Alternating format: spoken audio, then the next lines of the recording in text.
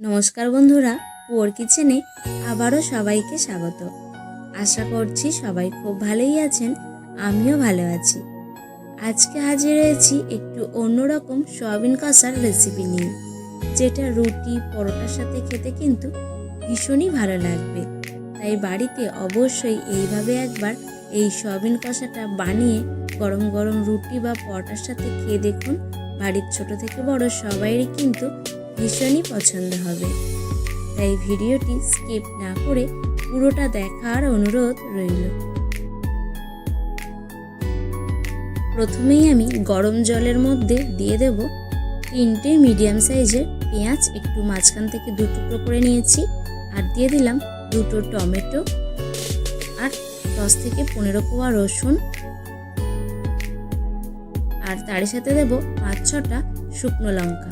এবার এই সব কিছুকে একসাথে খুব ভালো করে সেদ্ধ করে নেব। আমার চ্যানেলের এই রান্নাগুলো যদি আপনাদের ভালো লেগে থাকে তাহলে লাইক, কমেন্ট আর শেয়ার করে নেবেন। মিনিট 10 পর দেখুন ঢাকনা খুলে দিয়েছি। টমেটো, পেঁয়াজ, রসুন কিন্তু খুব ভালো মতো সেদ্ধ হয়ে গেছে।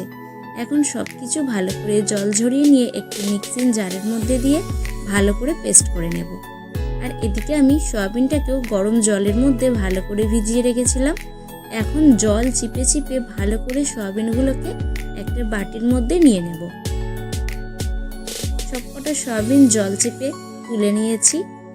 এখন এই সয়াবিনের মধ্যে একটা ডিম ভেঙে দিয়ে দিলাম, আর তার সাথে দিচ্ছি স্বাদ মতো লবণ, আর দিচ্ছি ছোট চামচের 1 চামচ লঙ্কার গুঁড়ো, ওই চামচেরই 1 চামচ হলুদের গুঁড়ো, আর দিচ্ছি 3 চামচ কর্নফ্লাওয়ার। এবার সব কিছুকে হাত দিয়ে খুব ভালো করে মেখে নেব।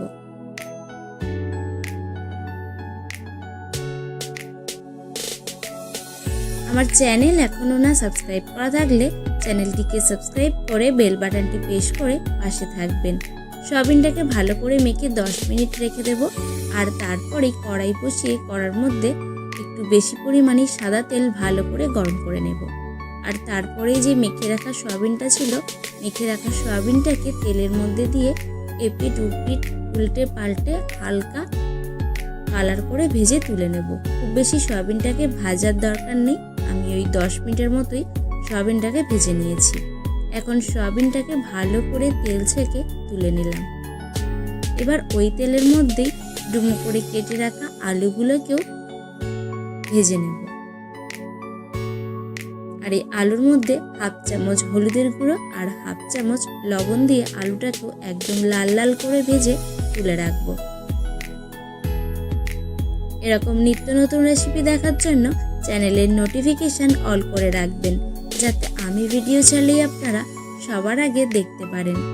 দেখুন আলুটাও একদম লাল লাল করে ভাজা হয়ে গেছে। এখন কিন্তু আলুটাকেও তুলে নিচ্ছি।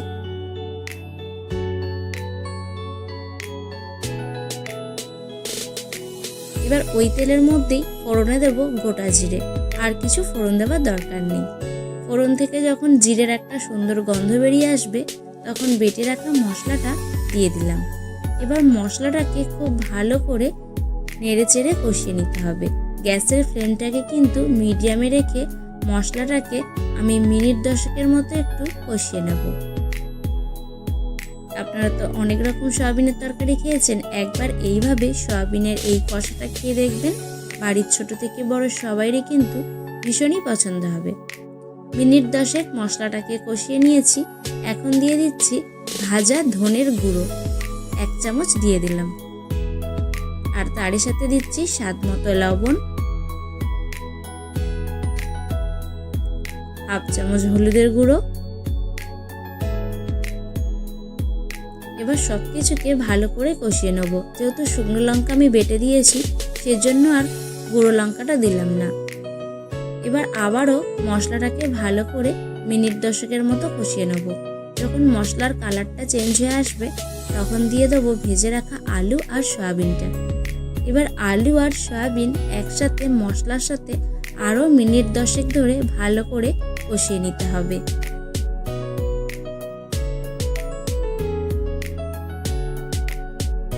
একঘেয়েমি সয়াবিনের তরকারি খেতে ভালো না লাগলে এভাবে একবার এই সয়াবিনের কষাটা একবার হলেও বানিয়ে খেয়ে দেখবেন।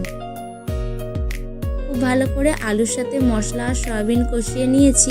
এখন দিয়ে দিলাম পরিমাণ মতো জল দিয়ে ভালো করে নেড়ে চেড়ে ঢেকে মিনিট 20 মতো রান্না করে নেব। যেহেতু এটা কষা কষা হবে সেজন্য খুব বেশি জল কিন্তু আমি দিলাম না। এবার মিনিট 20 পর ঢাকা খুলে দিয়েছি। ঢাকা খুলে নিয়েই দিয়ে দিলাম ধনেপাতা কুচি।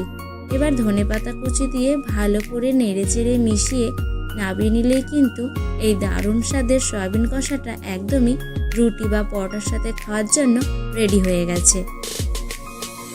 আশা করছি আজকের এই সয়াবিন কষা রেসিপিটা আপনাদের একটু হলেও ভালো লেগেছে। যদি ভালো লেগে থাকে লাইক কমেন্ট শেয়ার করতে ভুলবেন না কিন্তু।